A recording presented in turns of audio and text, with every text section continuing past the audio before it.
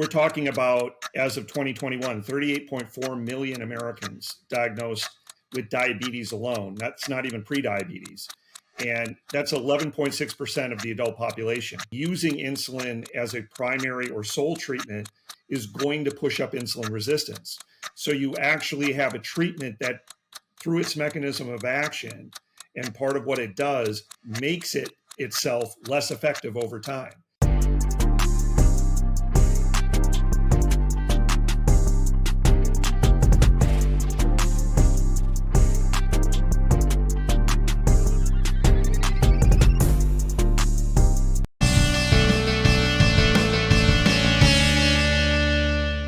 You said something very interesting, just a minute or two ago, which is that at the beginning or at the onset of, or when you get diagnosed with type 2 diabetes, I mean, some people don't know they have type 2 diabetes and might have had it for a while before they get diagnosed. But let's say that is ground zero or stage zero or day zero at that point when they find out that they have type 2 diabetes, and hopefully it's early enough at the beginning stages of the condition.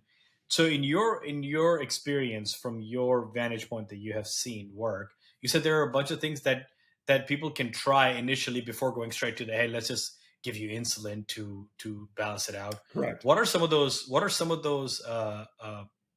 therapies or recommendations that you have seen work outside of what you just mentioned, or what people should think about?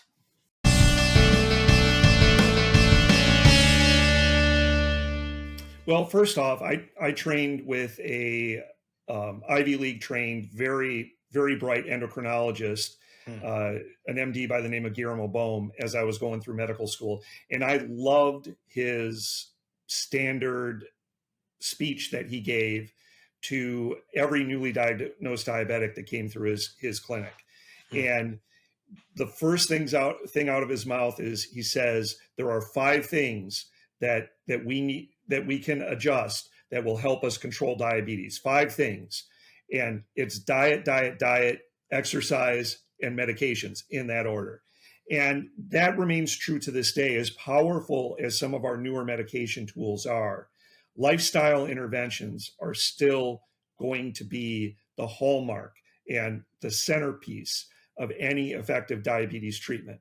And diet does have more of an impact than exercise, simply because it is far easier to lose weight through cutting calories than it is through increasing exercise. When you start to look at, running 5 miles is going to burn about 500 calories. Well, you can get those 500 calories plus. You can even double it with one fast food meal, right? So, and running 5 miles is not something most newly diagnosed diabetics are even capable of, right? So yes, exercise is important, and trying to improve metabolic health through exercise is very much important. But diet is going to be our most important lever that we can pull on to try and get diabetes under control. And I find that because the traditional American diet is so far divorced from what needs to be done to effectively control metabolic health and to optimize it, that is probably our best area for intervention, and yet our most difficult one to effectively intervene in. Yeah. Well, I mean, I guess there's a reason why the acronym for the standard American diet is SAD, because Yes. I mean, unfortunately, the amount of, again, processed foods and the preservatives and something that's just got a shelf life of 9 months, a year, it should not be on the shelf to begin with. But unfortunately, we're exposed to that. Our kids are exposed to that, and I'll have conversations with my kids, and for some reason, my kids are fascinated by looking at the expiration date of something, of food. And God forbid, if they see something that expired like yesterday, they just throw it in the trash. We're like, whoa, things don't go bad within 24 hours. Right. But I'm glad you're looking at that stuff to get a handle on what it means. Yeah. Well, and if you want to hear just a little disturbing tangent story, a patient told me their parents had passed away, and this was in Western Kansas, and they had a big bomb shelter there. So they were cleaning that out, and they found Hostess Twinkies and Hostess Ho-Hos that had been put in the bomb shelter in the 1950s, Oh my God. never refrigerated, not a hint of mold or any other problems with them. So yeah, we're consuming foods that even microbes won't eat. Um, Man, that is scary. And right. again, our I was again from a tangent perspective. I was in Japan earlier this summer on a family trip, kids and I, and in Japan, especially in Tokyo, 7-Eleven is all the rage. Most people go to 7-Eleven for their convenience and groceries and all that. And I walked in and I actually have a picture, and I forgot to share with folks from our channel and the ones that follow our YouTube channel as well. I looked at when I was at the 7-Eleven in Tokyo, I saw one aisle that had, all the snacks and junk food. You had your chips and you had your cup of noodles and all that stuff. You're talking about one aisle that is probably a quarter of the size of one aisle in our grocery stores here in the US. And Right. that was it, right? That Yeah. was it. The rest of the store, you had these machines that you could just buy frozen berries and plant vegetables and all that, and you pop it in, and it's bringing out a smoothie for you, a fresh made smoothie that you can take on the road, and just just eat that rather than the junk. So I was amazed at how, and our pace of life is not really much faster than the folks living in Tokyo. I mean, they're on the go all the time as well, but they're somehow able to have a cultural mindset that says, guys, let's try to stay away as much as we can from this. There's a time and place for all that. You're never going to get rid of it entirely, but minimize it as much as possible. And hence the prevalence of diabetes in our country is just skyrocketing, in my opinion. And that brings me to the next question. You phrased the barriers of patients being able to access information and education and be able to make an impact. What role do you think actually the cultural upbringing or lifestyle challenges can play as far as minimizing the impact of diabetes or trying to manage or reverse it?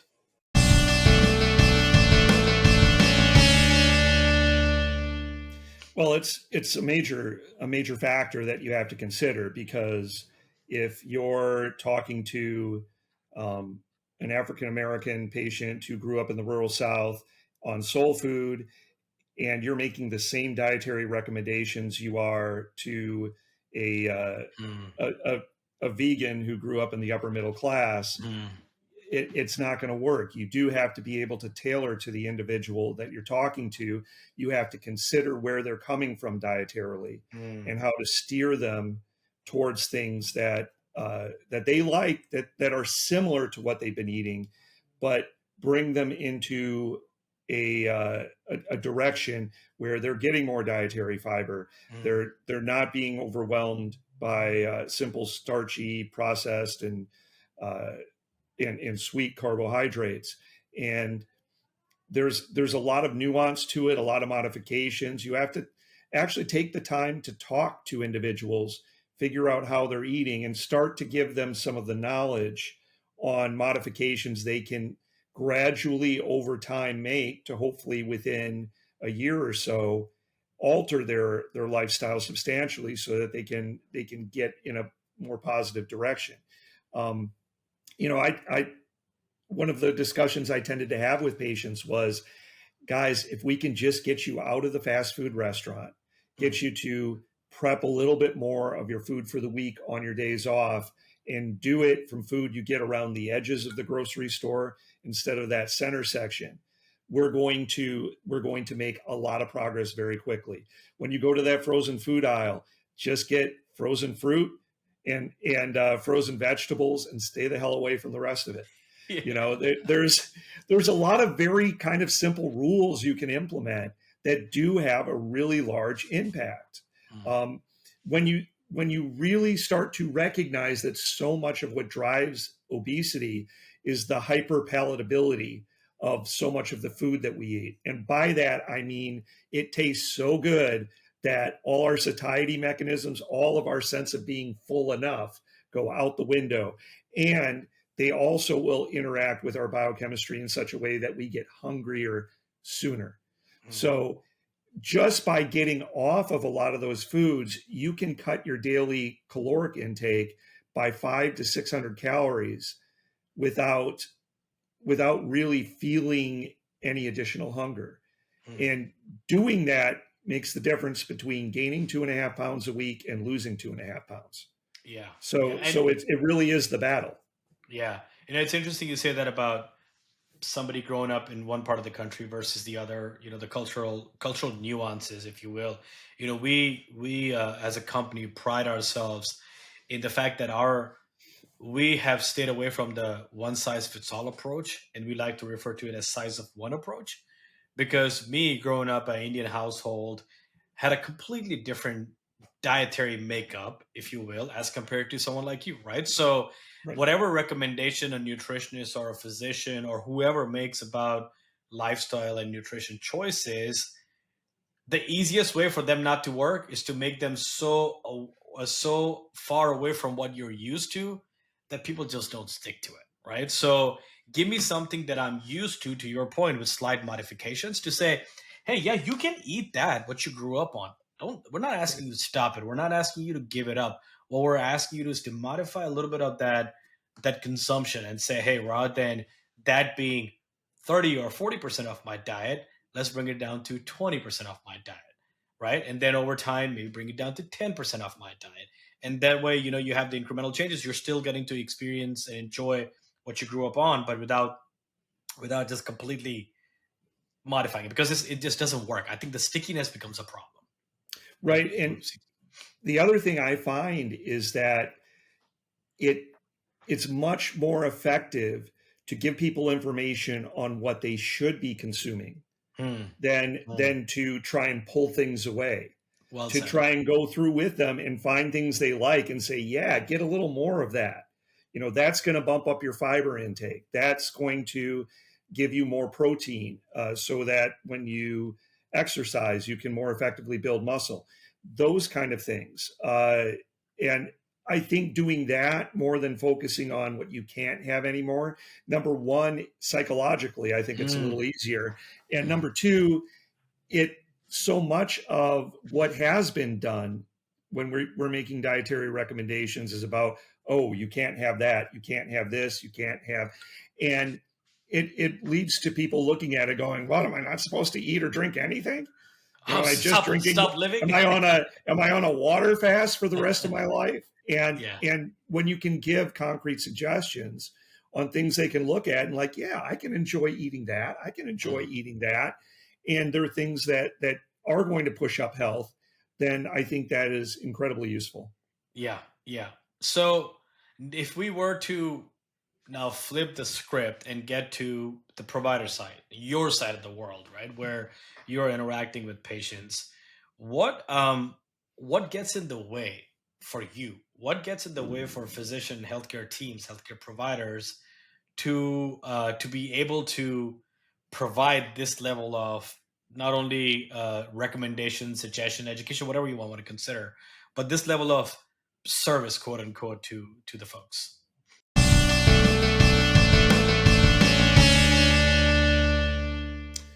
I would say two things: time and knowledge. Hmm. The Say more. number one, there is an ever increasing pressure on primary care physicians to see a higher volume of patients in a day. And I'm sorry, but in 6 minutes, you cannot do decent nutrition and lifestyle counseling, and as well as explaining why they should be taking a certain regimen of medications. You're lucky if you can get one of those things done. You're never going to get Mhm. them all. So I think that traditional practice model is part of the issue, and more access to nutritionists and real nutritional counseling is needed, and a transition to something more of at my tail end in medical practice. I was in at working at a direct care practice, and so this is a concierge care Hmm. model, Hmm. but with fees that an average middle class person can afford. And in that, you have a panel of patients that's relatively small next to a fee for service uh, kind of patient panel. So maybe 500 to 600 patients at most.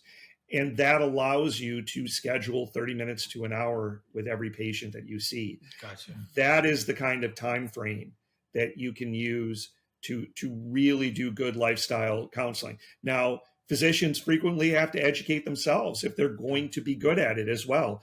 The typical MD school, in 4 years, you might get a total of 8 hours of nutritional education, maybe. And that's optimistic. At my DO school, that tends to be a little bit more primary care and a little bit more holistic and lifestyle focused than the average MD school. We still had a woefully inadequate amount of nutritional education, and I really had to learn it as I went through residency. And fortunately, I trained at an excellent residency program. We had a certified diabetic educator who worked with all of the residents. Mm. And every newly diagnosed diabetic we had was referred to her. And she made time such that we could schedule the appointments so we weren't in clinic, or could come off our rotation and actually sit in on the education session so that we could learn.